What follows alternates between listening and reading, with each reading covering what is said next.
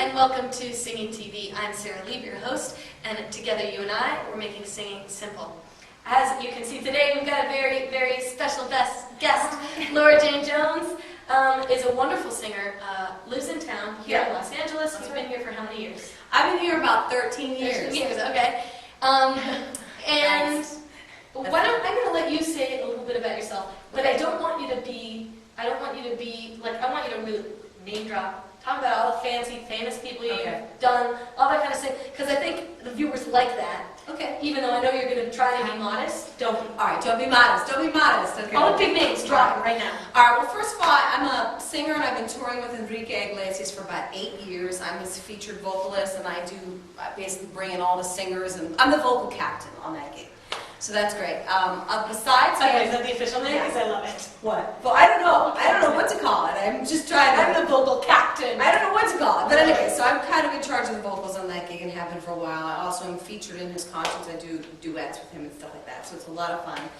And I've been really lucky, and I've worked with Michael Bolton and Jock Stone and Catherine McPhee. I did the Grammys this year with Dave Matthews Band. I worked with Perry Farrell from Jane's Addiction on Satellite Party. I worked with Joe Walsh from the Eagles. I worked with Jessica Simpson, Kelly Clarkson, Anastacia, Howard Hewitt, Jeffrey Osborne, Tina Marie, Taylor Dane. So do you also know Blue from the Anastacia gig? No, well, Because I know he played with yeah, her actually right before he I met Blue like after that. Enrique's MD went and did Anastasia's gig and after, and that's how they met. Oh, it was after? Yeah. I didn't realize. Yeah. We know each other through a similar friend, so that's what we're talking about. Yeah. So anyway, but besides that, I also have my own stuff. I write my own music. I have my own record, which is on iTunes and Amazon and all that. Great, why don't you tell them where to find it? iTunes, Laura Jane. That's my name. Nice. I also, done some jingles and commercials and video games, and I'm on 2 movie soundtracks that are out now. So my key, is just being diverse. And I think that's really like one of the biggest things that everyone needs to be to make a living in this business these days. You have to be really diverse. Yeah, okay. All styles, knowing how to sing rock and R&B and jazz and being open and maybe even singing in different languages. It's a big plus, nice thing. Okay, right. So Laura was just saying that she got this gig singing in Italian, and I said, oh, well, that was no problem for you because you were conservatory trained. So this is sort of a really good jumping off point for us, because singing TV really is a music educational tool. Okay.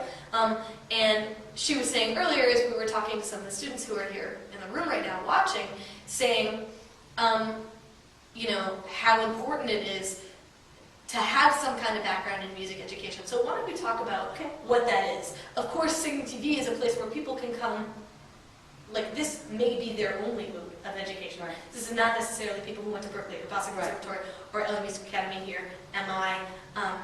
Those are sort of the main contemporary music schools in the country, but University of Miami and too.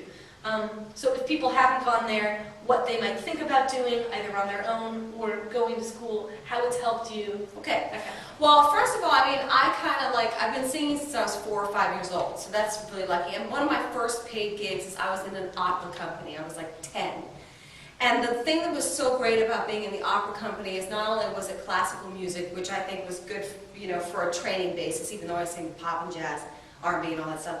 But I also was singing in different languages, so that was my first experience doing that. And then, of course, you're 10, you forget about it, you don't understand how important that is, and then, 10 years later, you have to sing in Italian, you have to sing in another language, and it seems to be easy. Now, just a question, I don't know, where are you from?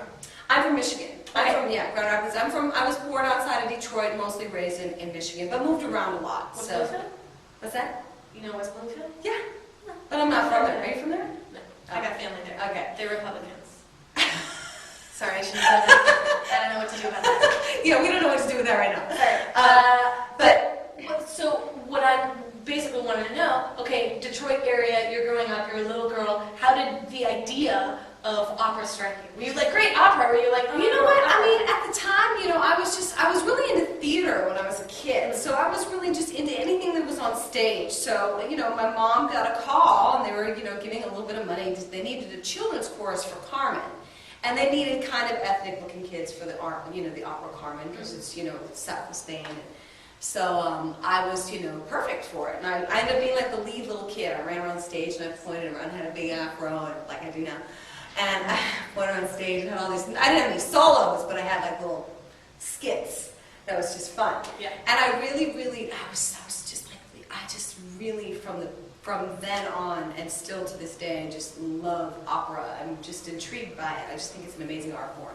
So from there, it was just one of those things. It was just an opportunity, one thing led to another. And, as a 10-year-old, you really don't think that much about it. But I did know, my parents were really into education, and even though I decided that I was going to pursue music, they still wanted me to go to college, which was a big thing in my family. You have to go to college, you have to go to college. So I decided I wanted to go to music college, and I applied to the Boston Conservatory, North Carolina School of the Arts, and NYU. And I got accepted to NYU and Boston Conservatory. I don't know why North Carolina didn't want me, but it doesn't matter. So I went to the Boston. Not that you have any beefs that you want to air publicly on the internet or anything. Anyway, I know I just done that with my Republican cousins. Yeah. Sorry guys. Sorry, guys. Republicans, we love you too. Yeah, and North Carolina. So I went to the Boston Conservatory, and also growing up, I took some piano and I played a little guitar. So I wasn't totally not exposed to looking at music. So you had taken those lessons like you had learned to read music because you'd Yeah, taken some piano. I've taken some piano, taken some music theory, but again, when you're kind of a kid, it's kind of, you don't really know what you're getting until you need it, until later in life. For sure. So, but by the time I get to the conservatory, I could already play a little bit of piano. I definitely was familiar with, basic music theory. And things just came a little bit easy. I remember just excelling a little bit faster than some other people. But even now, I'm not a brilliant pianist, and I'm not a brilliant reader. But I do think it's important for people to have some of that basic, music is disappearing. It's disappearing in the education system in so many ways. It's a tragedy in the United States. So I really think, it's great, get out there, go to the, if you want to do the school of hard knocks and get out there and just play your instrument, that's great, but I think it's important to know what it is, what it is. So I'm a believer in that. So Boston Conservatory got my degree there. Great, nice. So I like that you're saying that because, as I always stress, how did you, there's the joke, how do you get to Carnegie Hall? Yeah. Practice, practice, practice. Yeah. There seems to be this idea right now in this country, maybe it's spurred by Idol, which I love, we have nothing against Idol, but there seems to be this idea that you can grow up singing in a church and all of a sudden be ready to sing your own songs or somebody else's songs and be put on a stage in front of 10,000 people, where that's not necessarily the case. No. You may sing really well. That doesn't mean just because you're good at something that you can't be better, that you don't need lessons, that you don't need to study. I was on Twitter recently and I saw a lot of people who really love writing about Justin Bieber saying, Justin Bieber, you take voice lessons, but your voice is already so great. Right. Take with that what you want, but right. Truth be told, anyone who's a singer professionally has taken voice lessons. Sure. So people come up to me here at school all the time and go, how do I get better at this? Yeah. You practice it. Right. Well, with voice lessons, and I'm also a big supporter. I think singers should take voice lessons. And don't get me wrong. I don't believe in the philosophy of a teacher should change your voice.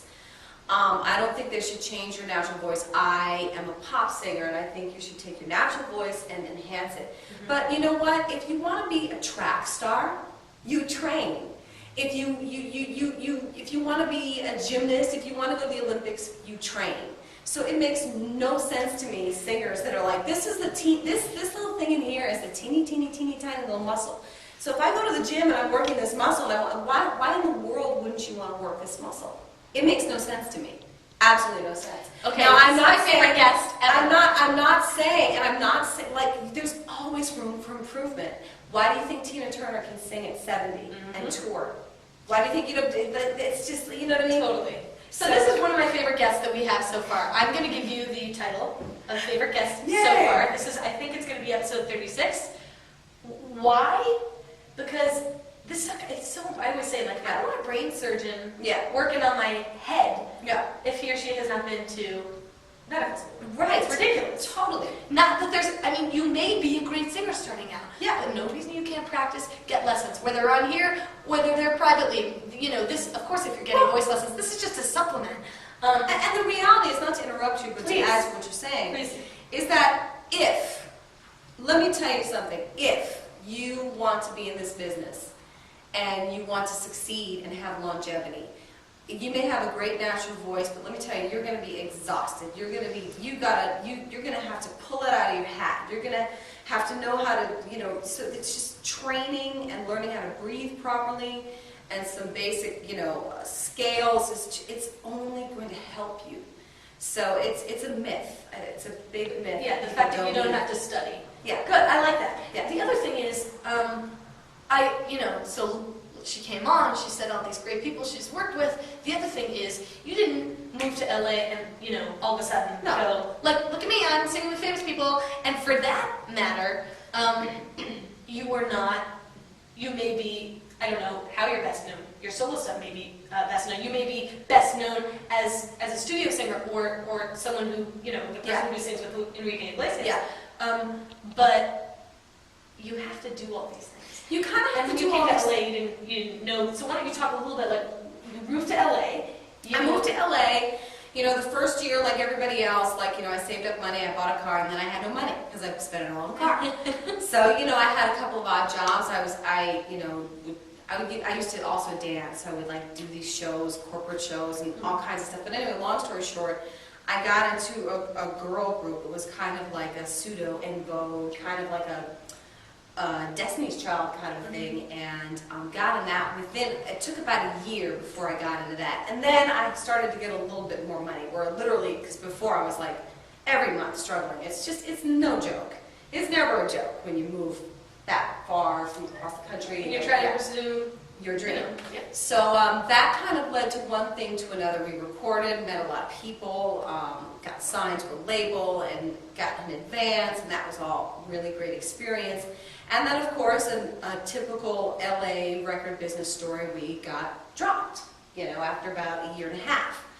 So I was kind of okay, I need a job. It was going so well. It was going so well. I mean, it sounded like the great story, but then, you get dropped, and of course, you're going back, you're doing all your jobs, and I definitely had already been known for being really good at harmony and being good at blending and understanding just basic harmony. So I started getting calls for other jobs, and my first background job, I think, was Aaliyah. So that tells you how long ago this was. Okay. Now I have one question, sorry to interrupt. Sure. But, so say you're somebody who's known for being good at singing harmony. How do you get better at singing harmony? Maybe you can keep a tune, you're pretty good that way, but you've just never gotten there. I would say one thing is to be in a choir. I was just going to say, join a choir. Okay. There are local choirs, that are amateur and professional all over the city. You just got to do a little bit of digging and a little bit of research and find them, and you have to be willing to, let me tell you something, this business is everything is who you know, your relationships. I was talking to a young friend, she's the daughter of an associate of mine, she's 23, and she's got an amazing voice, and, she wants to get gigs in the business, so She better be really nice to you. Well, no, I mean, the thing is that's why I said, let's join a choir, and nowadays people are like, but I don't have time for that. I'm like, well, what do you think I did? Yeah. And I mean, it's like I did gigs for $50, local gigs for $50, for free, and still do stuff, original gigs. It's like, so you want the world, but you're going to give nothing. So, I mean, how do you think you're going to meet people? Right. How do you think you're going to meet? How are you going to know who you sound good with? Like, if you want to do singing background or sessions and stuff like that, it's like you need to figure out who you sound. You might not sound good with me. I might not sound good with you. So you got to find your niche, but you got to be willing to give your time. And it's just so, choirs, join a choir, even churches or community choirs. There's lots of different ways, and to meet and get involved and meet people that are working. Yeah. They're all coming from all of these places. Yeah. Community choirs, master chorale, church, down the valley, church, South Central, it doesn't matter. Right. So, with what she's saying right now, I think that's really important, and I'm going to ask in a minute about networking. When you say it's all who you know and who you're friends with, I say to my students here at this school all the time, you will be friends with these people forever. Why? Because when you get a gig, singing backup for this, that, and the other, and they say, do you know a bass player? Right. You say, great. Or maybe the bass player becomes the MD Right. playing for someone else, and they think, you know who we need as a backup singer? This person. And then all of a sudden, you're getting 2, 4, 6, however much, $1,000 a week singing for somebody really, really, really famous, doing all this wonderful work. You're loving it, and from then on, the gigs come. But before that, if somebody asked you, that same bass player said to you, hey, will you play on my recital? It doesn't pay, but I'll buy everybody pizza and beer afterwards. Right. If you say no, I've got, granted, if you've got another gig that day that's paying you a bunch of money, you got to take that gig. But at the same time, you're not doing anything that night. Right. You better play on that person's recital because he'll that's, remember that's, you later. That's exactly it. Yeah. Like, my life is music, and when I say that, I mean it. Like, I literally, like, my mantra or whatever is like, I do music every day, or something like this. Maybe today I'm not singing or recording or gigging or rehearsing, But you're today helping. I'm doing this. So my life is music, and it's a commitment, and it's a commitment. You also have to recognize that it is a community of. You just keep going to all the places that I want you to go. Because if you're not singing live, you're probably going to hear a friend. Right. I don't know what you're doing tonight, but if it's not performing, you're probably going to hear somebody else you like. And or I mean, no. like how she and I met. It was through a mutual friend. It's a community, and I responded to the email because of my friend, who I know and trust and love. Right, and if I had emailed you off the bat and said, hey, what's up, I've got this show. Well, I mean, You might have answered, it but may you have might not. taken longer to have answered. Let's For just sure. keep it real, Right. So it's Absolutely. like, it's a community, and so when I got the email, I was like, well, that sounds kind of cool. Okay, LA Academy, I know people that have taught here, and I know this is a good school, and so then I was like, and I support education. So I was like, well, this is what I need to do. Exactly. Yeah. So once you got the education, Mhm. which we can't ever say anybody has the education, Right. we're always striving to get more, for sure, and especially what you learn on the gig. So what I want to know is, as you've progressed through your career, and as it continues to progress, how much of what you do now is networking? How much do you get things done by going out and meeting people, saying hi, people hear you sing somewhere else? We were talking just before the taping about some of the stuff she'd done lately, and Erna, was it your question? Was how did you get the gig? Did you have to audition, or was it by referral? So, in my experience, things have been, I'm lucky to sort of be able to get these referrals for people. Somebody says, we need somebody who can do this. In fact, a commercial that I had was somebody saying, we need somebody to do this, and another singer friend of mine, who I'm very grateful to, because the commercial made me a lot of money, said, you need Sara Lee. Yeah. And it just worked out that way, and it was super lucky, and I was super grateful, for her to be recommending me. And very often, if somebody says, can you do this? And I go, no, I can't do that, but I know somebody who can. You know what? And that's the other part of it. Give. I refer singers and book singers all the time. It's stuff that I may not be good for, or like I can probably do, but maybe someone can do it better. And when you Or you can't be in two places at one time. or whatever. I mean, like, You're even like years ago, I was working on a Japanese video game, and they wanted a girl that sounded like Beyonce. And I can definitely do that, but I knew my friend could do it better. Because my friend just had that little quality in her voice that sounded like Beyonce. So I told the guy, I said, you know what, he booked me. I was booked for this job. I gave the job to my friend. And he never forgot it, and he calls me for everything. He was like, I was so impressed with your humility. Nice. Gives a little. Goes a long way. It does. Yes. It But does. anyway, in terms of networking, I think a lot of it is networking. I think eventually you find your niche, you find your people, and I don't think it's all networking, but I think a lot of it is networking, a lot of it. But I'm also not a believer, and I don't want to preach to people, because I told a young person recently, I said, it's all who you know, but that doesn't mean that you need to kiss butt or not tell the truth or That can BS. get you in trouble. Yeah. So there's a fine line. It's kind of like you've got to find a wisdom with it, which I think comes with time, to be honest with you. I don't think it's anything that really someone can just tell you. I mean, it's like, I don't believe, one of the things that I don't like about this business is people going out and they're just you know, just kissing butt all day long because they're trying to get something. They always are trying to get something from somebody, so they never tell the truth. And it doesn't seem genuine. And it doesn't seem genuine. So I think that this is, I don't even know how to say what I'm trying to say, because I can't say to people to not network. I think you do need to network. I just think, be truthful. You know, I'm good at this, I'm not good at this.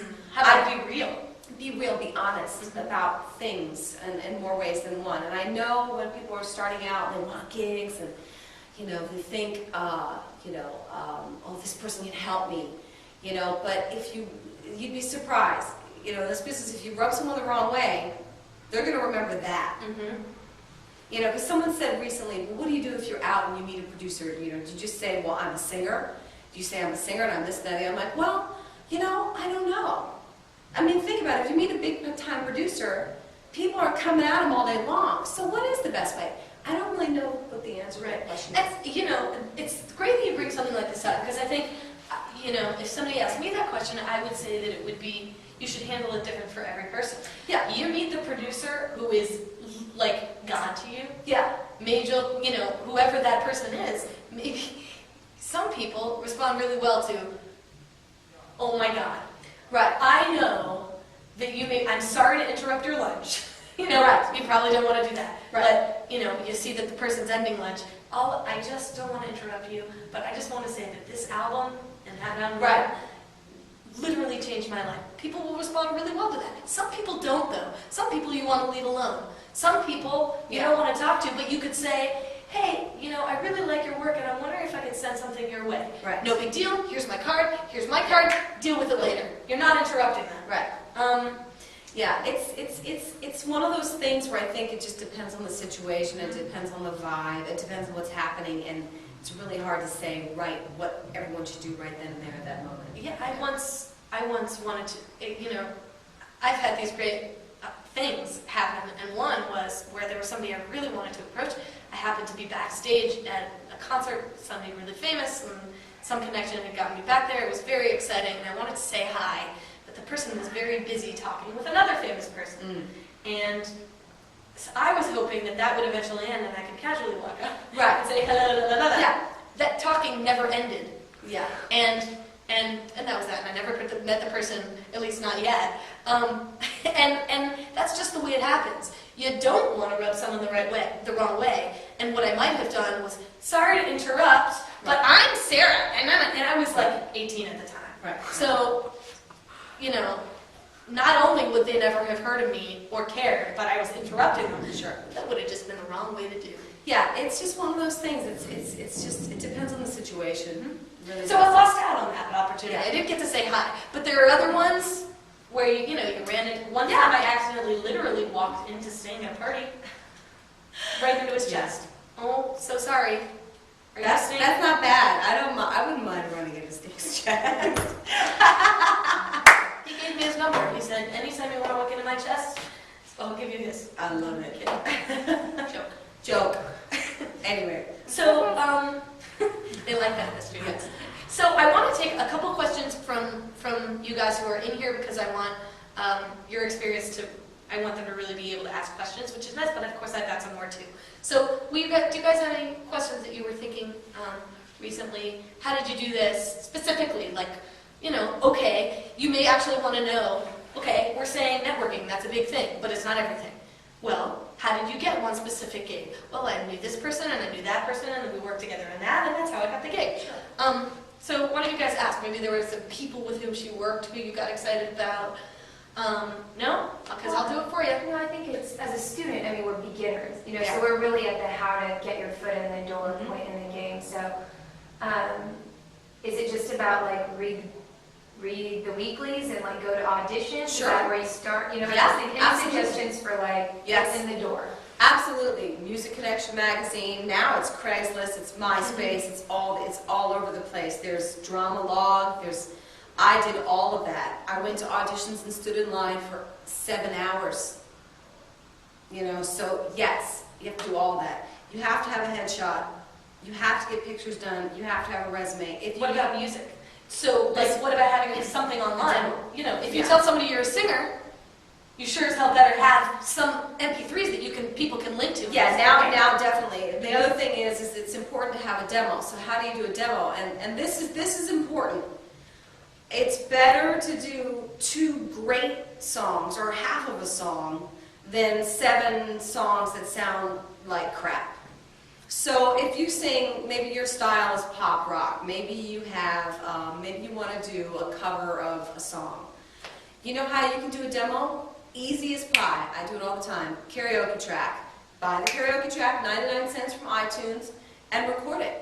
That's how I did some of my first demos.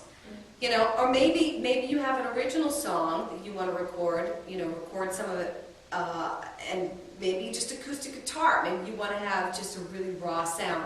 A little bit of both, I think, but a demo is a great idea. An MP3 that you can send out, but make sure that it's professional sounding. So, for instance, I had a girl who sent me some stuff, and she's got potential, and she's got the voice, but I'm like, I've been trying to help her with her demo, and I'm just do 1 song at a time. I know people are busy. People are busy. People have got school, they've got jobs, or both, families. I mean, even though you're a student, it doesn't mean you don't have all that, you know. So, 1 song at a time, you know. I'm going to do this song, I'm going to get this done within the next 2 weeks. Make the goals, you know, doable, attainable. So, and I think if nobody wants to listen to something that sounds like you recorded it on your laptop. yeah, Right? But plenty of people can record things on their laptop and make it sound good. So if you don't have the money or the time, or you live in a place where there literally aren't any recording studios, Right. absolutely use GarageBand, or have a friend with like a lower budget Pro Tools rig. But then spend the money on mixing it. Spend the money on renting the right microphones, so that it's making you sound the best. Or ask for, again, Music Connection magazine. There's all kinds of places in there that people are like renting the studio, you can get deals. I want to do a demo. Learn your stuff, go in and do it. Make the investment, because you definitely need that. The other thing is have some sheet music for like live auditions, whether it could be theater. Actually, I auditioned for a tour recently, and they wanted us to bring in sheet music. I was like, oh gosh, so I have tons of it. I have a whole trunk of sheet music, but they wanted rock music. I'm like, I'm going to sing Shook Me All Night Long, but I got to get the sheet music. So I went to musicnotes.com and bought it, and downloaded it. But that was a live audition. It was a huge tour, but they didn't want MP3s. They wanted you to come in, sing live with piano. So you just never know. So you need sheet music. Definitely go to the auditions, stand in that line. You got to do it. Everybody does it. Everybody has done it. It's not going to come easy. It's never going to come easy. And then when you get there and you've sold 50 million records, you're going to have a failure. And you're going to be tested again. I work with some of the biggest stars. I see it all the time. So it's up to you. It's up to you. You have to manifest it. It's funny you said that. About 2 months ago, I went to an audition. I found myself going to the thing and thinking to myself, really? This? Right. Again? Yeah. Like, aren't I asked this? No. No, unhumble one, you're not. Yeah. You never are. You never are. Right? It just... You're never going to be past that. I mean, there may be certain things you're like, okay, maybe this is not my best use of time. You do learn, okay, I think I can get this gig, so I'm going to go the mile for it. And then other things, you're just like, I'm not really sure. Right. It's going to work out. That happened to me recently. A gig that I didn't get, big gig, and I kind of knew I probably wasn't going to get it, but the background singer on this big tour called me to replace her. But we're just different. She's like total rock, country, plays guitar, but she wanted me to replace her, but we're just complete opposites. We would be great together, but I appreciated the fact that she, tried to hook me up. Yeah, totally. And I went the mile. I got a karaoke track. I learned this country song, and I called my buddy in to do a duet with me, who sung with, Aerosmith and, Scorpions and worked with Desmond Child. And here I am singing this country song, and I put it on my Facebook page and everything. And I didn't get the gig, but you know what? I enjoyed the exercise. And now you have that as a Yeah, country demo, I right? said to myself, I said, you know, I called my friend and said, you know what, this is just going to be fun. I'm going to be hanging out with my boy. We're going to sing a country song, and we're going to have a blast doing it, and that's it. And by the way, just to sort of reference back to something else that we're doing, that friend did it because he liked you, right? Yes. And not because you were giving him $5,000 to do, you know, No. come and doing your little afternoon thing, right? And that's what I mean about giving and like, you know, singing in the choir for free and meeting people, and then you have a community. If you can't do this alone, ever, never. You can't. You always need someone to help you. There's no such thing as a solo artist unless you're producing the entire thing yourself and mixing it yourself. It's just, it's a myth. So, I mean, I have, luckily, after all this time, I've got my community, my friends, we help each other a lot. My friend Jason helped me get this movie where I sang in Italian because I had to do a demo, I had to do an audition. And I got off the plane, this is crazy, I got off the plane from Venezuela and I was exhausted. 2 hours sleep, land, I see that there's a message, the message had been left 30 minutes later. It was a movie contractor, vocal contractor guy, and he goes, he knows I can sing in Spanish. So he just thought, maybe Laura can sing in Italian because she can sing in Spanish. So I call him back, and he goes, you know, because the message is, I need to know if you can sing in Italian, there's this movie, blah, blah, blah. So I was thinking to myself, well, and I'm going to be honest, I haven't sung in Italian in a very long time.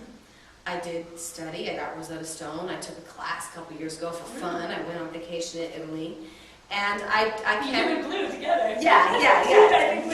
Or he tried with the volcano. I think that's it. But anyway, so I mean the vocal contract. So I talked to the guy on the phone. I said, listen, I can probably do it. I said, send me the demo. He's like, I want to send me the demo. I said to him, and he was going to send it to me anyway because he wanted me to do a demo because they wanted to check my accent, my dialect. And I said, I will be totally honest with you if I can do this, and if I can't do this, I will let you know. So you get the MP3, and I get in, I call him, I said, no problem, I can do this. Call my friend Jason, help me, this is a feature film, it's a feature, I need you to help me right now. I know this, I don't know where you are, but I need you to drop it and help me record this because this is important. Jason's like, okay. So within 2 hours, and mind you, no sleep, getting off the plane, let me tell you, you gotta be prepared. Well, and that plein air, I mean, especially if you're touring with someone or by yourself, that plein air constantly, Oh yeah. not so great. Totally, exactly. So we went to the studio a couple hours later, did the demo, and within 3 hours I got the gig, and I was booked the next day, and it's the movie Letters to Juliet that was number 3 and number 4 last week. Yeah, so I'm on the soundtrack. Nice. So, here's another question. I think a lot of people, especially beginners, struggle with, this is what I want to be doing, but that's how I make my money. So things, just like you were just saying, are not always for the money. Like, just last week, I went to this little theater in Hollywood that a friend of mine said, I need a favor. I need you to voice coach somebody. So I went and I did it, and after, like, the director or somebody said, okay, how much do you cost? We're going to pay. And I looked at that person and I said, I looked at the size of the theater and I was like, you guys can't afford me. Just let me do it as a favor to this friend, and let's be over it. And I didn't do it because the friend has done me a favor, or I expect the friend to do me a favor in the future. He's a friend of mine. I love him. He's putting on the show. They need a little help vocally, so of course I'm going to do it. I didn't have some gig that was paying me tons of money that night, so why not go and do it?